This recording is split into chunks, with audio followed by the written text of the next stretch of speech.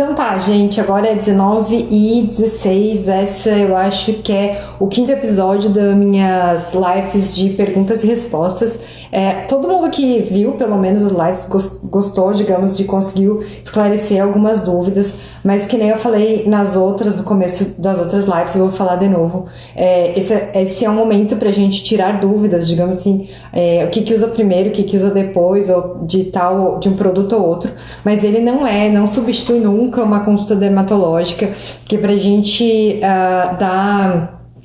dar indicações ou para dizer o que é melhor para cada coisa, a gente tem que fazer o diagnóstico primeiro, de saber exatamente o que é cada coisa. Então eu já tô falando porque tem várias perguntas dizendo qual é o melhor, não sei o que lá, mas aí depende de pessoa para pessoa essa resposta.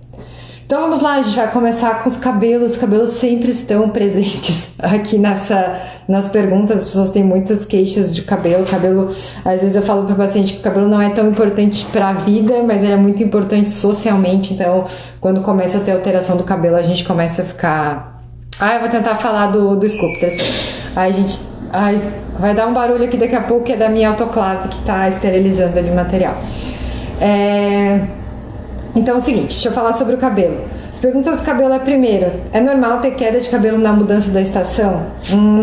Normal, é relativamente comum, tá? Ter queda de cabelo. A maior queixa geralmente é depois do verão, que cai um pouco mais de cabelo, mas isso não é uma coisa que todo mundo tem. Algumas pessoas percebem, digamos assim, tem sempre aquela época do ano que cai mais cabelo, mas a maioria das pessoas não percebe. Tipo, cabelo é normal cair, às vezes a gente diz até 100 fios, de 100 a 150 fios por dia, sempre tá caindo cabelo, a gente precisa que caia cabelo para crescer cabelos novos. Mas assim, isso geralmente digamos assim, a gente pode dizer que mais ou menos 10%, se a gente pudesse bater uma foto da nossa cabeça, mais ou menos 90% dos fios estão crescendo. Esse é o barulho da autoclave, calma aí. 90% dos fios estão crescendo e 10% ou estão numa fase de parada de crescimento ou estão numa fase de queda. Mas isso é uma coisa totalmente, tipo, tem um aqui caindo, tem um ali, tem um aqui, então a gente acaba não percebendo muito de uma falha grande. E depois que esse cabelo que cai esse fio de um folículo piloso, de um buraquinho que nasceu, ali no mesmo lugar vai nascer um outro fio. O que acontece quando tu vê caindo mais é porque a gente tem uma sincronização maior dessa fase de queda, então tem mais fios do que o normal nessa fase de queda, e isso pode acontecer em determinadas estações do ano e em algumas pessoas. Se isso acontece com vocês, me falem que época que geralmente acontece, escreve aí pra gente fazer uma enquete. Isso é uma coisa que é normal acontecer também em animais, sabe? Tipo, tem aqueles animais que tem a época que eles perdem pelo, digamos assim. Então isso é quando a fase fica mais sincronizada. Então essa fase de queda, que é uma coisa normal. A falta de quais vitaminas podem causar queda de cabelo? Então assim, as típicas vitaminas que a gente avalia para queda de cabelo é tipo ferro, tá? Que não é uma vitamina, na verdade é um mineral, mas ferro é uma das coisas que a gente avalia. Zinco, vitamina B12, vitamina D, se ela estiver muito baixa, também pode levar a queda de cabelo. Ácido fólico também. Essas são as mais comuns que estão relacionadas à queda de cabelo, e às vezes a gente pede exames para ver se tem deficiência de alguma dessas vitaminas ou não, mas não é uma coisa que a gente pede para todo mundo. Então precisa conversar, ver da dieta. Então é muito bom, às vezes eu falo para o paciente, quando ele vem aqui, a gente pede exame e tem uma falta de tá faltando isso, então a gente vai repor e vai voltar a crescer com certeza, mas isso não é o mais comum é não ter nenhuma deficiência nutricional, e a gente tem que investigar mais coisas porque que o cabelo tá caindo. Mas são mais ou menos essas que a gente costuma avaliar. Problemas de tireoide também são bem relacionados com queda de cabelo e alteração nas unhas. Como manter uma rotina saudável do meu cabelo? Essa pergunta é difícil. Porque, na verdade, assim, cada cabelo tem a sua rotina, digamos assim. Cabelos mais oleosos, menos oleosos, cabelos lisos, cabelos encaracolados, eles vão ter rotinas ideais, ou cabelos que têm alguma doença de couro cabeludo associado, eles vão ter rotinas ideais diferentes. Vamos falar o básico, digamos assim, do cabelo. Coisas que poucas pessoas sabem. Não é bom tipo, o que tu deve fazer? Evitar pentear o teu cabelo, escovar o cabelo quando ele ainda estiver molhado. Isso aumenta a quebra. Sim, senhor, não é bom, não é o contrário, na verdade. E eu vou dizer que eu pensava isso antes de fazer dermatologia, que se eu penteasse ele quando ele ainda estava molhado, ele arrebentaria menos, mas na verdade é o contrário. Se a gente penteia o cabelo quando ele está molhado, o que acontece? Quando ele está molhado, ele tem várias ligações químicas que são desfeitas, digamos assim, e se a gente penteia ele molhado, ele está mais frágil, então tem mais chance de quebrar. Então, o ideal seria a gente não pentear ele quando ele tá molhado, deixar ele tá mais seco para pentear, tá? E da mesma forma, porque ele tá mais frágil, se a gente logo que sai do banho já vai secar ele com o secador, por exemplo, ele também vai ter mais chance de quebrar. Então, o ideal seria, tipo, se precisa usar secador, né? No mundo de sonhos, né? Para as pessoas que têm tempo agora. Tu pode deixar quando ele estiver quase seco para tu usar o secador para modelar, tá? Outra coisa que tem um ideal, tipo assim, tu saiu do banho, tu dá uma desembaraçada com os dedos e deixa para escovar mesmo, mais quando ele estiver um pouco mais seco. Em relação ao secador de cabelo, então as pessoas já sabem, não é para usar muito secador de cabelo, idealmente não se deve usar secador de cabelo. Se vai usar secador de cabelo, uma dica bem interessante, porque é muito difícil algumas pessoas não usarem secador de cabelo, é pegar o secador de cabelo e começar ele mais longe, digamos assim. Opa, não dá pra ver. Começar a usar ele mais longe, tá? Tu vai ver que a gente vai falar, não, entre 15 e 30 centímetros, que vai vir, tipo assim, o ventinho só no teu cabelo. Mas começa ele mais longe, porque daí a gente vai tendo uma alteração de temperatura mais gradual. Então ele não vai chegar do cabelo que tá frio pro cabelo super quente. Esse choque térmico faz formar mais bolhas no cabelo. É uma coisa bem interessante. Deixa eu mostrar uma foto, não sei se vai dar pra vocês verem as bolhas do couro cabeludo. Deixa eu ver.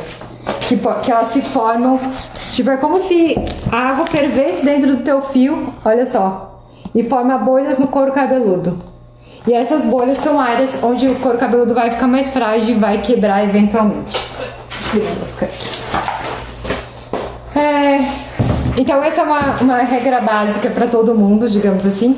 Outra coisa que é interessante saber é que o fio de cabelo ele pode ser danificado pela radiação solar. A gente tem um ponto de interrogação se realmente os produtos para o cabelo que tem filtro solar fazem alguma diferença, mas o que se sabe é que a radiação pode sim prejudicar o cabelo a longo prazo, fazer ele perder o brilho, alterar algumas ligações químicas que eu falei para vocês que é importante para o cabelo. Então o ideal é proteger, mesmo quando for se expor fisicamente. Então sombrinha, chapéu, essas coisas assim que já vão ajudar a tua pele do rosto também. Melhor vitamina para crescimento capilar, não tem uma vitamina específica para crescimento capilar.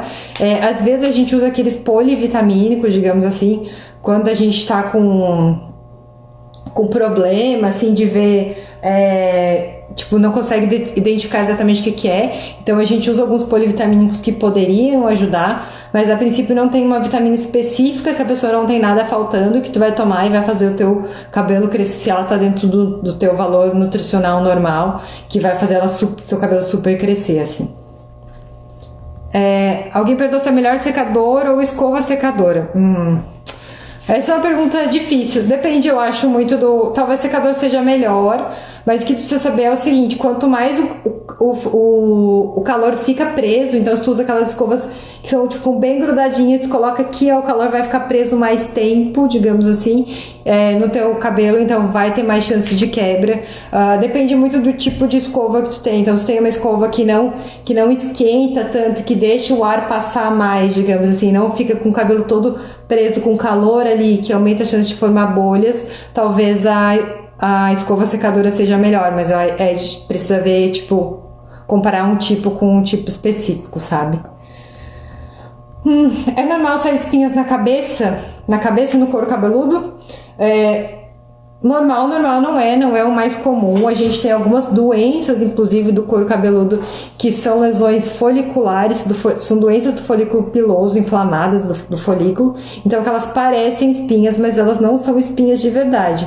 Então, dependendo do grau, né, que tu tem, se é uma de vez em quando que aparece, a princípio a gente poderia considerar normal, mas se elas forem muitas, tá, e se elas tiverem dor associada, enfim, elas podem evoluir com cicatrizes, tá. Então a gente tem até uma doença que chama acne da nuca, que dá mais aqui, e ela evolui com lesões bem cicatriciais, bem inflamadas, que levam a uma cicatriz, que levam a áreas sem cabelo mesmo. Então a gente precisa avaliar. Então não é tipo super normal, se for uma de vez em quando que não dói, não tem tanto problema, mas se ela tá vindo recorrente é melhor tu avaliar, porque é interessante a gente tratar cedo. Depois que já tem cicatriz é mais difícil a gente tratar.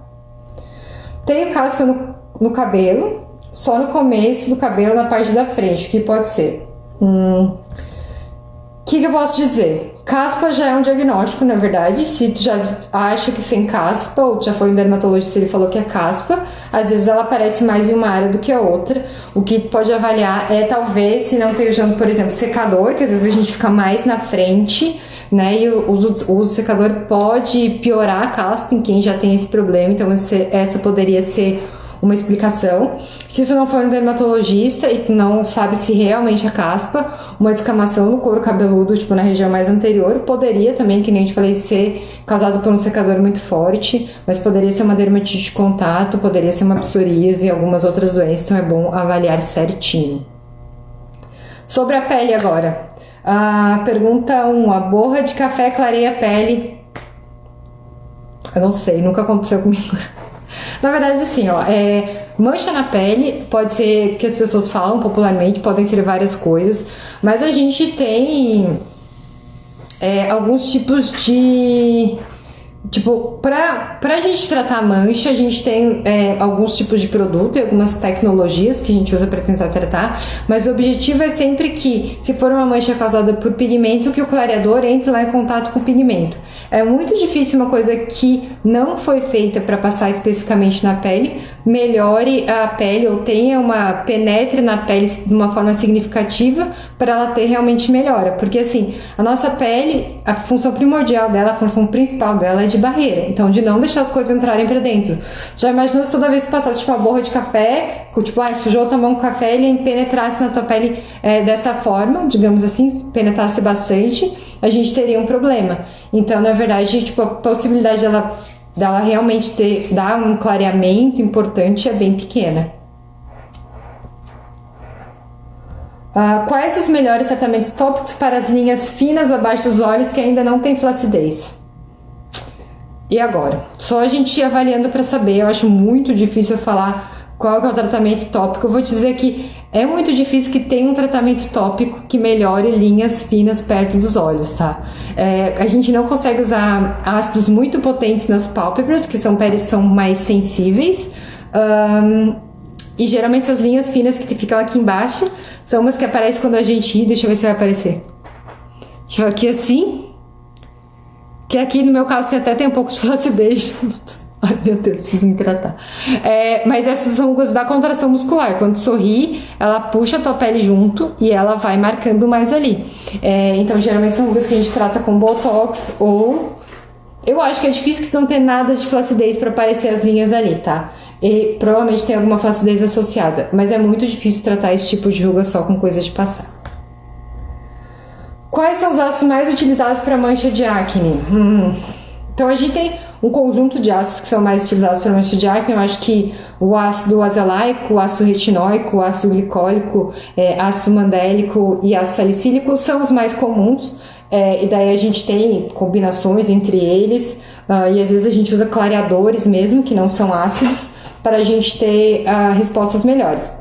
Tem outros ácidos, mas eles não têm um efeito tanto que a gente diz de ácido, mas tipo, ácido cógico, ácido lático, também a gente usa para tentar melhorar a mancha, que tem uma ação mais clareadora e não exatamente de afinar a pele como os outros ácidos.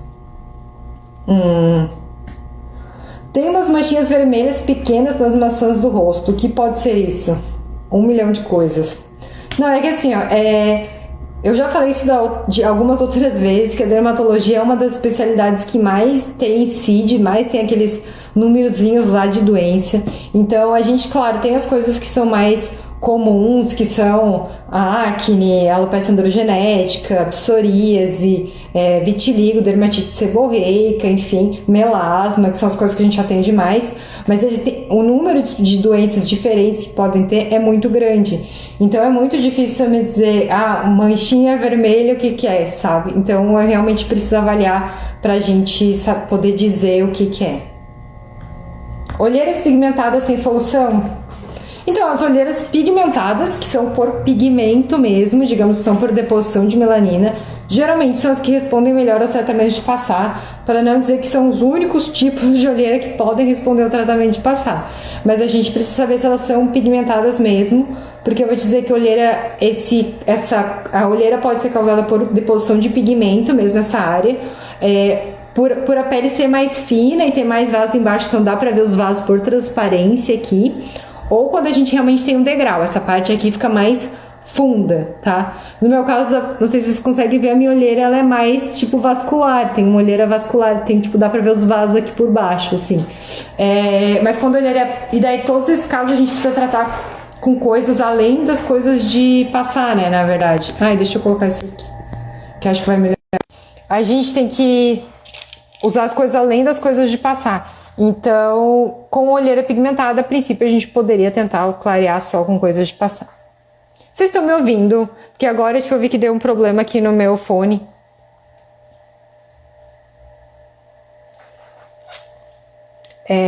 Tá me ouvindo, Luana? Comprei um hidratante para a área dos olhos, mas senti que deu uma leve ardência. O que seria? É normal? Normal seria não sentir nada, a princípio, né? Quando a gente vai comprar... obrigada, Elo. Quando a gente vai comprar coisas para a área dos olhos, geralmente são produtos que são menos irritativos, que não é para ter irritação passando eles. Então, se teve uma ardência, talvez dá uma parada, espera teu olho voltar totalmente ao normal, tenta usar com uma frequência menor para ver, ou tenta usar quando não estiver tão frio, porque às vezes quando tá mais frio a nossa pele fica mais sensível, mas eu acho que talvez a gente tem que dar uma olhada, ver se não é uma reação alérgica, porque essa é uma área que é mais sensível e os produtos que são específicos para essa área são mais sensíveis. Vamos ver. Deixa eu ver. Até tinha alguém que tinha perguntado alguma coisa sobre isso que eu já vou responder agora. Se pode... Então, né? Daí alguém perguntou se a gente pode usar o mesmo produto que a gente usa na área dos olhos, o mesmo produto do rosto que a gente pode usar na área dos olhos. Então, o que eu vou te dizer? A área dos olhos é uma área que é mais sensível, a pele é mais fininha, tanto que a gente consegue ver os vasos aqui que passam por baixo dela. Nessa parte aqui mais roxa, que fica mais aqui nesse canto, que se todo mundo for olhar... Tem um roxinho aqui, que é nesse cantinho aqui. Essa é uma área que a gente consegue ver até a coloração do nosso músculo orbicular dos olhos aqui embaixo, porque ela é muito fininha mesmo. Então, ela é um pouco mais sensível que o restante do rosto. A princípio, se não tem nenhuma sensibilidade dos olhos, poderia usar o mesmo creme, principalmente se forem sérums, essas coisas que são menos irritativos, poderia usar na área dos olhos, tá? Só se for tipo ácidos, clareadores, coisas que são mais fortes, não dá para usar. Por exemplo, quando o paciente vem aqui, eu sempre, dependendo do produto que eu deixo, eu coloco não aplicar na área dos olhos e não aplicar nessa dobrinha do nariz aqui, que eu falo que eu escrevo dobrinha do nariz. Por quê? Porque essa dobrinha do nariz, por exemplo, tu vai passar um ácido, tu passa aqui e ela sempre acumula produto ali. Então, quanto maior a quantidade de produto que fica, maior a chance de irritar. Então, geralmente não precisa passar especificamente ali, porque o produto vai chegar ali que tu passar no resto, sabe? Então, se tu não tem nem sensibilidade na área dos olhos, a princípio tu poderia usar o mesmo produto, se ele for um produto não muito... com potencial irritativo grande na área dos olhos também. Não precisaria necessariamente ter um específico para a área dos olhos. Tem gente que precisa, mas nem todo mundo. Existe algum produto que deixa a pele mais revitalizada? Vários. A gente tem vários produtos que deixam a pele mais revitalizada. Mas até é difícil eu começar a falar, porque tem muita coisa, tá? geralmente a gente está falando de ácidos, daí a gente tem vários níveis de ácido diferentes, dependendo do teu objetivo, se é só realmente melhorar o brilho da tua pele, ou se tem rugas finas, ou se tem acne, ou se tem mancha, ou se a pele é muito seca, ou se a pele é muito oleosa. Então a gente sempre tenta combinar, digamos, todos esses fatores para ver o que é melhor para cada pessoa, mas tem vários produtos que ajudam a ter uma melhora visível, digamos, realmente de melhora do aspecto da pele, porque às vezes a pessoa acha que só o procedimento resolve, mas produtos também ajudam. Então tem algumas coisas que dá pra gente ver. Que rotinas eu preciso ter para ter uma pele bonita e saudável? Essa é uma pergunta bem simples, só tipo tudo que eu tenho que falar na vida todos os dias. Na verdade, assim, ó, o básico que eu acho que a gente precisa ter de rotina, tipo de cuidados do dia a dia do skincare. Eu acho que nem eu falei, vou repetir o que eu já falei algumas vezes. Eu acho que o envelhecimento ou envelhecimento saudável da pele, ele tem alguns fatores, genética, nossos cuidados com o restante da nossa saúde, né? Skincare e procedimentos, tá? Então, eu acho que isso tem a ver, o envelhecimento saudável tem um pezinho em cada uma dessas coisas. Em relação à genética, a gente não pode fazer nada, né? E daí a gente tem que ter as outras rotinas, não fumar, dormir bem, se hidratar, se alimentar bem, então tudo isso influencia na qualidade da nossa pele. Em relação ao skincare, eu acho que o básico do básico é proteção solar, limpeza e hidratação. E daí, assim, depende de outras queixas que tu tem, a gente vai pensar nas coisas mais específicas. Mas se não tem nenhuma queixa, protetor solar, hidratação e limpeza são os básicos do básico, realmente. Então, do que todo mundo precisa, e daí a gente vai acrescentar outras coisas conforme for. Ou coisas específicas, né? Um hidratante específico, ou um gel de limpeza específico, ou um protetor solar específico. E em relação ao procedimento, eu acho que é uma rotina interessante tu ter para tua pele ser sempre bonita e saudável, é ir no dermatologista. O dermatologista é a pessoa que estudou para tratar a pele, digamos, não só questão estética, mas doenças também, né? Se a gente tá falando de ser saudável, isso é uma coisa que é importante também. Então, eu acho que ir no dermatologista faz parte de uma rotina, digamos, vai uma vez por ano, revisa os teus sinais, revisa o que tá fazendo, o que pode estar fazendo de melhor, digamos assim. Eu poderia até dizer, vai no inverno e no verão, porque geralmente o skincare, a rotina de cuidados e até os tipos de procedimento que a gente faz são um pouco às vezes diferentes no inverno e no verão. Então acho que ir no dermatologista faz parte da gente manter uma rotina saudável, até porque as coisas mudam ao longo do tempo. Então hoje poderia ter uma tecnologia e tu vem aqui daqui um ano e eu te dizer, agora tem uma coisa muito melhor, agora tem um Botox que dura 12 meses. Poderia ter. Tem estudos, gente, tem estudos de Botox que dura mais tempo, mas ele ainda não está liberado no mercado.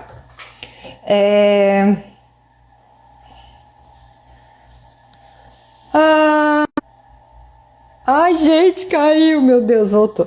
Para mancha no rosto, é o que eu tinha falado antes, depende muito do tipo de mancha que a pessoa tem. Tem mancha que só melhora com procedimento, tem mancha que a gente consegue tratar com produtos, tipo, em casa. Mas o ideal mesmo é a gente avaliar qual que é o tipo de mancha. Cristiane, eu acho que mancha de queimadura de pós-depilação, é interessante tu ver qual que é o grau de queimadura, tá? Tem que ir no dermatologista para ver. Queimadura não é uma coisa pouca, ela pode evoluir com uma mancha por bastante tempo e até com cicatriz. Então é muito difícil de falar, usa esse que vai resolver todos os teus problemas, tá? Às vezes tem que usar até antibiótico, dependendo do grau. Anticoncepcional espinhas, o que fazer quando decidir parar de tomar? Essa é uma coisa complicada, né? Essa é uma luta diária, então o que acontece muito é que pacientes assim, entre 25 e 30 e 40 anos, eu vou dizer, elas têm muitas delas começaram a tomar anticoncepcional muito cedo, e tipo, 14 anos, 16 anos, e ela só decidiu parar, ou porque decidiu para ver como é que é o seu ritmo, para ver, entendeu, se conhecer melhor, ou para parar para engravidar. E quando para, às vezes tem uma surpresa de como era a pele sem anticoncepcional. O anticoncepcional, ele tem uma ação anti-hormônio masculino, a princípio todos eles, tá? A gente tem os que são melhores ainda para a pele, mas todos eles dão uma segurada na questão de hormônio masculino livre, então quando para, ele pode realmente piorar a acne. O que eu acho? Se tu já tinha acne antes, mesmo tomando anticoncepcional, principalmente, acho que vale a pena consultar um dermatologista até antes de aparecer, tá? Pra tu não deixar ficar marcadas suas lesões. Porque assim, geralmente quando a mulher decide parar de tomar anticoncepcional, ela já tá mais velha, digamos assim, e o colágeno não é mais o mesmo. Então, o que não deixava marca na adolescência, a acne que passava, ficava lá uma semana, incomodava, passava, e não deixava marca, na mulher adulta vai deixar marca. Então, deixa mais cicatriz, porque a qualidade da pele não é mais a mesma da adolescência. Então, acho que é mais importante ainda mulher adulta tratar acne, porque se ela deixar, vai deixar cicatriz, e cicatriz é sempre mais difícil de tratar do que lesão inflamatória de acne. Alguém perguntou qual a melhor marca de vitamina C para o rosto, e eu já vou aproveitar que uma outra perguntou qual que é a idade certa para começar a usar a vitamina C. Acho que não existe uma idade certa necessariamente, eu acho que a partir dos 20 anos a pessoa pode começar a usar a vitamina C, se ela já está usando protetor solar, porque o protetor solar é a principal antidade, tá? Então, e a vitamina C é um antioxidante, mas o sol é uma das coisas que oxida demais a pele, então tem a ver com, não adianta tu usar só a vitamina C se não tá usando protetor solar, tá? Mas a vitamina C ela é um complemento de todas as outras coisas, tá? Eu vou fazer uma série de vídeos ali que vai sair nos próximos dias sobre o que fazer em cada idade, digamos assim, o que é bom, sabe, em cada idade. Então as pessoas perguntaram qual a melhor marca, e outra perguntou se a Profuse anti-rugas com vitamina C é bom. Eu acho que é o Essential Filler C, né? Assim, ó, a gente tem várias vitaminas C no mercado. Se a gente for falar exatamente o que é vitamina C de verdade, tá? Que é estável, né? Que é com vitamina C, que é o ácido ascórbico. As vitaminas C são só as da L'Oréal, tá? E daí eu tô falando das marcas da L'Oréal, SkinCeuticals, La Roche e Vichy, tá? Elas são todas da mesma empresa, tá? Elas não são concorrentes, elas são as mesmas. Então, eles têm essa tecnologia de conseguir estabilizar a vitamina C mesmo, o ácido ascórbico, porque ele é muito instável, a vitamina C é muito instável. Todas as outras, elas vão ter derivados de vitamina C, tá? Que não quer dizer que não funcione, mas eles não são vitamina C de verdade. Então, eu tenho essa questão ali, pode olhar que não é ácido ascórbico que tem nas outras ali. Mas não quer dizer que eles são ruins, eles também são antioxidantes, tá? Eles só são mais fáceis de estabilizar.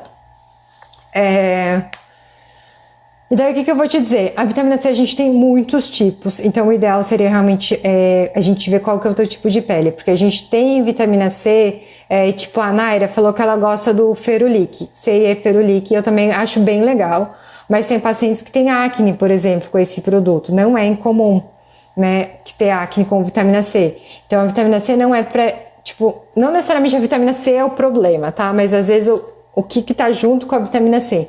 Então, é difícil dizer, não, essa aqui é ótima, maravilhosa, e vai dar para todos os tipos de pele. Não vai. Tem vitamina C e vitamina C. Então, depende muito do que ela está inserida, né? A vitamina C, ela é um conjunto de coisas que vai estar inserida num outro, ela é um princípio ativo que vai estar inserido num conjunto de outras coisas. Então, a gente precisa avaliar o tipo de pele para poder dizer qual que é a melhor. Quem tem indicação a reposição hormonal contribui para uma pele melhor? A princípio, sim. As questões hormonais influenciam muito na qualidade da pele. Eu acho que a pessoa não precisa fazer reposição só por causa disso, porque é uma coisa que não adianta, vai acontecer, então um dia não vai tomar para sempre também, mas se ela tem indicação, acho que vale a pena fazer reposição. Cicaplast e Epidrate Calme são parecidos? Alguém é melhor? Eles são parecidos, a gente pode dizer os dois, a gente costuma usar bastante em pós-procedimento, assim, para quando a pele tá bem irritada.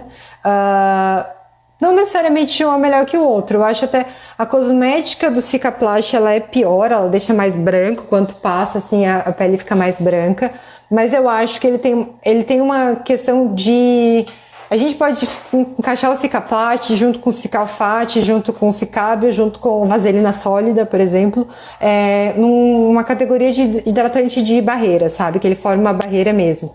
Então, eu gosto dele por causa disso, eu prescrevo bastante, na verdade, Cicaplast, que ele forma realmente uma barreira. Mas ele não tem uma sensação tão boa na hora de passar, ele é mais duro, mais denso, assim. E o Epidrate Calme, eu uso também, mas eu uso mais como se fosse um hidratante calmante. Eu não uso ele tanto no pós-procedimento, assim. Mas apesar dele poder ser usado também quando a pele está mais sensibilizada. Então, assim, a princípio eles têm indicações parecidas, mas daí depende muito do que tu prefere de textura, enfim, essas coisas. Pode tomar creatina e BCA durante o uso do Roacutan? O que eu vou dizer? Depende muito de como é que tá os seus exames. Não é uma contraindicação absoluta, mas isso vale a pena tu conversar com o teu dermatologista se ele acha que dá para tomar ou não. Geralmente eu peço para dar uma parada, se for possível, porque é uma coisa que não tem porquê, entendeu? A gente sobrecarregar mais os sistemas, a não ser que a pessoa tenha alguma indicação realmente médica, que precise, com certeza, tomar creatina e BCA, eu geralmente sugiro dar uma parada por um tempo. A Vicis para alopécia, alguém perguntou? Deixa eu ver. A Vicis para alopécia. Então, alopecia são todos os tipos de queda de cabelo, tá? Então, dentro das alopécias, a gente tem vários tipos de alopecia. Então, o Avicis poderia talvez ser usado para alopecia androgenética, tá?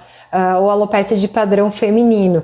Mas não é uma coisa que a gente usa normalmente, ele tem bem menos evidência científica do que o minoxidil, por exemplo. Então, uma época ele era muito, muito usado, mas porque ele não tem esses tantos estudos, tipo, dizendo, sim, realmente ele funciona, vamos usar. Ele era usado bastante porque a cosmética dele era melhor que o minoxidil, o jeito de passar também é melhor. O minoxidil é um produto chato mesmo de usar, mas geralmente eu não costumo prescrever. Às vezes poderia ser uma alternativa de tratamento para pacientes que não conseguem usar minoxidil ou alguma coisa assim, mas geralmente eu não costumo prescrever, não. Mas vocês têm que saber que a alopecia realmente alopecia é igual dor de barriga, tá? Então, depende muito do tipo para a gente poder tratar especificamente. O que usar nas unhas do pé? E agora? Qual que é o teu problema nas unhas do pé? Não precisa usar nada se não tiver nenhum problema. Vou falar que possivelmente que a pessoa deve ter fungo ou unha do pé descolada, essas coisas assim. E daí, geralmente, a gente tem que ver o grau de acometimento. Pode ser com coisa de passar ou pode ser com medicação via oral. Podemos usar o mesmo produto... já respondi essa. Qual a melhor forma de aplicar o pó compacto após o protetor solar sem removê-lo? Então, tem alguns vídeos meus aplicando pó depois do protetor solar. Eu realmente passo protetor solar e eu passo pó para ficar com a cor mais parecida com a minha pele, porque geralmente eu uso protetor solar com cor, que vocês já sabem, que protege melhor contra a luz visível.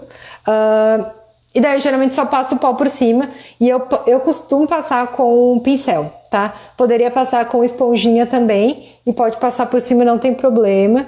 De preferência, seria tipo assim, no mundo ideal, tu usar esse pó compacto, ser um pó com proteção solar, assim, seria maravilhoso. O que fazer para as unhas crescerem mais rápido? Então, as unhas têm uma velocidade normal de crescimento. Se não tem nenhuma doença, talvez seja difícil as suas unhas crescerem mais rápido. Se elas sempre cresceram, tipo, nessa velocidade, a gente acelerar o crescimento dela, talvez não seja uma coisa que a gente consiga fazer. Vale a pena, se a tua unha for fraca, eu tinha conversado de investigar, ver se não tem nenhuma outra doença que está deixando a tua unha fraca ou que faz ela quebrar. A gente começar a usar luva, fazer as atividades em casa, lavar louça, passar pano no chão, lavar roupa, tentar usar luva, tentar deixar a unha mais íntegra possível, mas a princípio não tem nada que vá aumentar o teu ritmo de crescimento normal. Na mesma ideia que a Cristiane perguntou se existe alguma medicação para engrossar os fios, além do uso do Pantogar, a princípio que poderia talvez engrossar os fios é o minoxidil, mas eu tava falando, tipo, um paciente uma vez falou assim: se tivesse algum tratamento para engrossar os fios, a Xuxa não tinha aquele cabelo. E na verdade é mais ou menos isso, porque o que acontece? A determinação da espessura dos fios é uma coisa que acontece lá dentro do teu couro cabeludo e é uma coisa genética, tá? A espessura que é determinada ali, o fio, é uma coisa genética. Então, até eu tô falando, o minoxidil poderia engrossar os fios que sofreram miniaturização, que ficaram mais finos por algum motivo, mas que um dia foram mais grossos. É muito difícil que o fio que nunca foi grosso, ele vai ficar grosso só com uma coisa que tu vai fazer externamente, sabe? Então, tipo, ó, o que eu tinha falado do Profuse e do Essential Filler C, eu gosto até do Essential Filler C, mas eu acho que depende muito do objetivo. Eu acho que a longo prazo ele é interessante, mas ao meu ver, né, dependendo do tipo de pele da pessoa, ele pode aumentar a chance da pessoa ter acne, por exemplo. Mas eu acho que ele é um bom custo-benefício, na verdade. Ele não é das vitaminas C mais caras e ele tem o efeito da vitamina C, apesar de não ser ácido ascórbico verdadeiramente. Mas não tem muito, a gente não precisa ficar muito focado nisso. Vamos ver. Acho que é isso, acabamos as perguntas. Se alguém quiser fazer alguma pergunta, fale agora ou cale-se para sempre.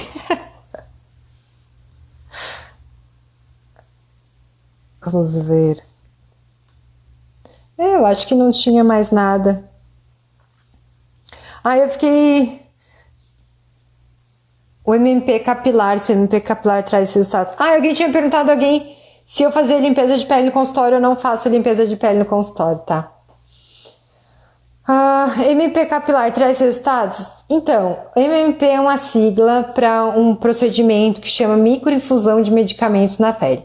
E qual que é a ideia do MMP? É de entregar a medicação, independente do que a gente for tratar, mais profundamente na pele. Então, às vezes a gente usa para melasma, para colocar os clareadores mais para dentro.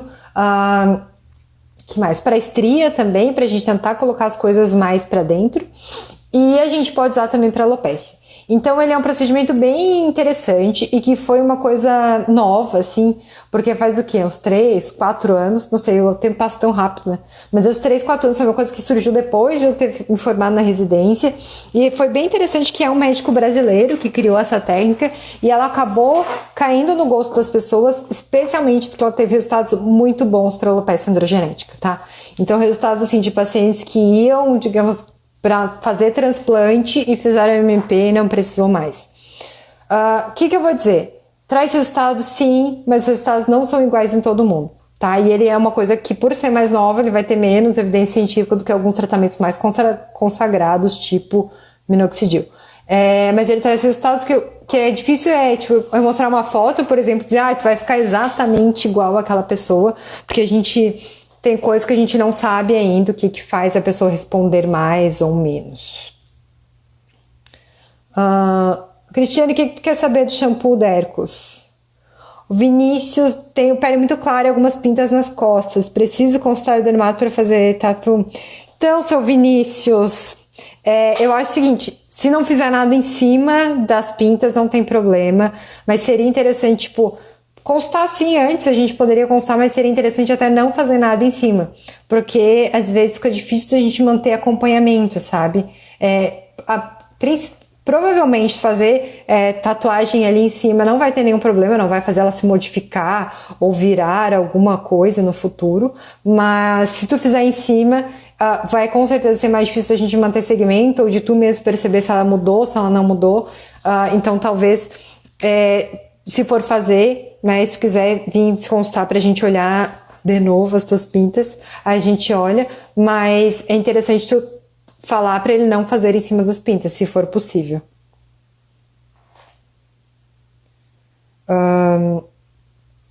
Minoxidil indicado para mulher. Então, no mercado ali pronto, a gente só tem minoxidil 5% e eu acho que tá escrito em algum lugar da caixa que ele é para o sexo masculino, para uso exclusivo no sexo masculino. Há algum tempo atrás se usava só 2% de minoxidil em mulheres, mas foi liberado pelo FDA americano ali, o uso de 5% também em mulheres. Então, por isso que a gente acaba prescrevendo 5% também, mas às vezes a gente usa doses mais baixas dependendo dos casos, tá? A questão do minoxidil é que em mulheres às vezes fica um pouco mais chato, é que às vezes passa no couro cabeludo e nasce pelo no rosto. Então, às vezes, esse é um problema do minoxidil nas mulheres. Tem algum hidratante labial que proteja os lábios agora no inverno para indicar? Tem vários, na verdade. Eu vou dizer que eu acho que um bom custo-benefício é um que tem da Nivea, um Nivea médio, um branquinho. Esse hidratante labial eu acho que é bom. E geralmente eles são melhores do que manteiga de cacau, tu precisa reaplicar menos vezes, enfim. É interessante, uma coisa que eu vou falar pra vocês, que acontece bastante no inverno a pele começa a ficar mais, o lábio começa a ficar mais seco, então tu tem que começar a carregar a coisa contigo, porque se começa a passar a língua, vai começar a ficar cada vez mais seco, tá? Porque a saliva, ela é feita para ficar dentro da boca. Então, a gente tem algumas dermatites quando a pessoa é respirador bucal e a saliva escorre, ou quando a pessoa vai ficando mais velha e vai ficando tipo mais assim, então vai falando e a saliva vai escorrendo por aqui. Isso também leva a dermatite, e ficar sempre colocando a língua nos lábios no inverno também é uma coisa ruim. Então, melhor carregar alguma coisa contigo, quando sentir, passa, e daí vai diminuir a chance dele ficar com cara mais feio, com aspecto de mais ressecado, mas às vezes é até uma dermatite. O shampoo Dex para quem usa minoxidil e Pantogar e já tem o couro cabeludo sensibilizado. É que assim, Dercos é tipo toda a linha de shampoo da Vichy, tá? Então, tem vários shampoos Dercos, então por isso que fica mais difícil dizer exatamente se vale a pena ou se não vale a pena. Ai, meu Deus do céu, calma aí, me perdi.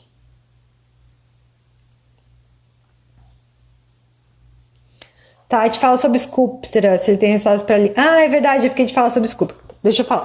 O Sculptra, ele é um bioestimulador de colágeno, na verdade. Então, ele é um produto que ele é ácido polilático, não é ácido hialurônico, que é o que a gente usa classicamente nos preenchimentos. Ele é um ácido polilático que era usado como preenchedor. Ele não está no mercado faz tempo, ele era usado como preenchedor, e nos últimos anos ele começou a ser usado como bioestimulador de colágeno, tá? Então, de bioestimulador de colágeno, a gente tem a princípio o hidroxiapatita de cálcio e o Radiesse, tá? Que é ácido polilático. Então, são produtos que a gente injeta dentro da pele, que tem o objetivo de causar uma reação que vai estimular a produção de colágeno novo.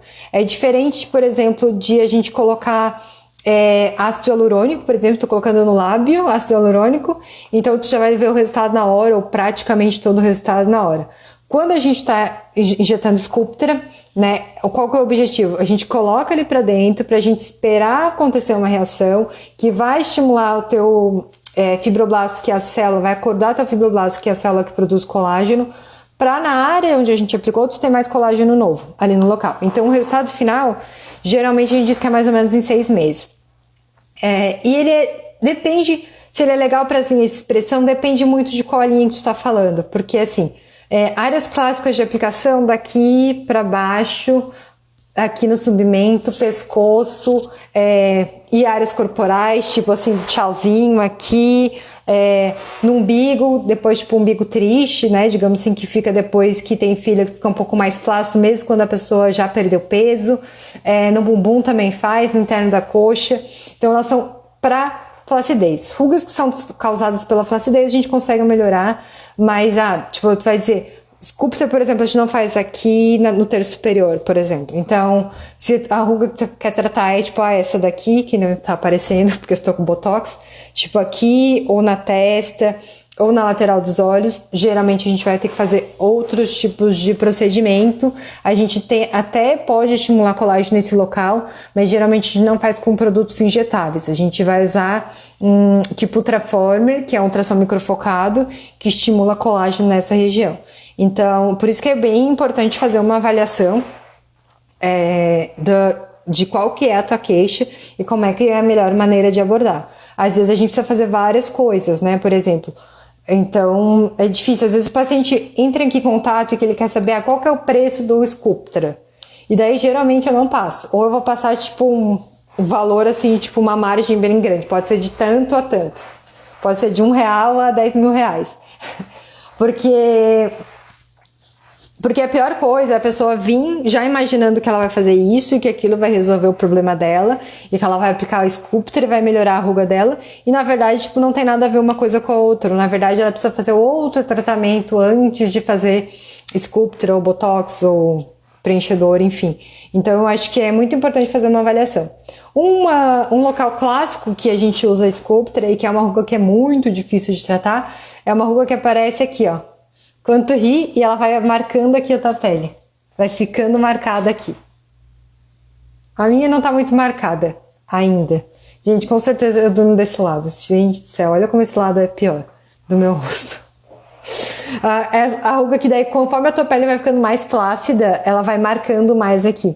Então a gente trata essa área aqui com o bioestimulador de colágeno e tu vai percebendo que a pele não vai mais marcando tanto. Então quem é um pouco mais velho, quem já passou dos 20, tá lá perto dos 30, 30 e poucos, começa a perceber, tipo, eu vou passar um protetor solar, eu vou lavar meu rosto, que a pele começa a dobrar mais aqui do que ela dobrava antes, sabe? Então esse é um sinal de flacidez e que é interessante a gente pensar em tratar com o Sculptra ou com Radiesse ou com Ultraformer, que são coisas que pensadas em tratar a qualidade da tua pele, a estruturação de colágeno, a estruturação de fibras elásticas, que é totalmente diferente como age a toxina botulínica, que vai aqui nessa região tipo de músculo, vai mais profundo, ou de preenchedor, que geralmente a gente vai colocar abaixo da pele ou até perto do osso.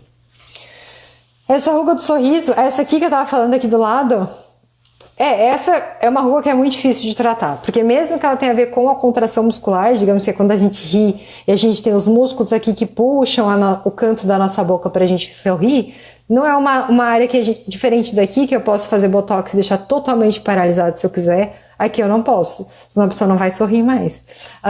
E daí o que acontece? Então geralmente a gente vai tentar melhorar essa parte aqui. Às vezes a gente trata o platisma, tá? Que é um outro músculo que vem pra cá e vem até o pescoço, e daí pode dar uma melhorada. Mas geralmente a gente trata melhorando a qualidade do colágeno aqui nessa região mesmo. Então, tipo, fazendo bioestimulador de colágeno, todas essas coisas. Então a gente consegue melhorar, porque daí não vai mais ficar marcando quando tu ri. Porque não tem como tu não rir, digamos assim, porque às vezes a pessoa ri e ela tem essa linha que fica bem pra dentro aqui. Então, e vai começar a marcar com o tempo. Às vezes a gente até preenche essa linha, mas e se a qualidade da tua pele não tá boa, não adianta a gente preencher, ela vai durar muito pouco tempo o preenchimento aqui. Não, deixa eu falar pra vocês, olha só, agora eu tô olhando meu rosto aqui, tipo, o que eu tava falando, com certeza eu durmo de um lado, é porque a gente tem as rugas que são causadas, que a gente chama de, tipo, sleep lines, são rugas causadas pelo lado onde tu dorme. Então, o lado que tu dorme, como são várias vezes ao longo da tua vida, várias horas que tu vai passar dormindo ao longo da tua vida. Então, isso com certeza vai ter uma influência, tipo, no teu rosto. Então, tipo, tu dorme assim, né? E eu com certeza durmo assim desse lado e faço assim. E daí ele vai marcando toda essa área aqui, ó. Então, a gente tem linhas que vão ficando aqui, aqui e aqui. Meu Deus, tem que fazer algum procedimento, gente. Mas assim, ó, e daí olha só como eu tenho essa linha aqui que marca aqui, ó. E isso é de dormir. E eu já preenchi, mas já faz tempo. E eu acho que eu vou ter que fazer alguma coisa de novo ali. Enfim, gente, é isso. Eu acho que eu respondi todas as perguntas. Não sei se faltou alguma coisa. Se vocês tiverem alguma pergunta ou lembrarem de alguma coisa ou quiserem fazer críticas, elogios, sugestões, podem mandar ali, pode mandar inbox pra mim. Semana que vem, a princípio, estamos aqui de novo, se estiver tudo certo. É isso, obrigada pela companhia de vocês. Tchau.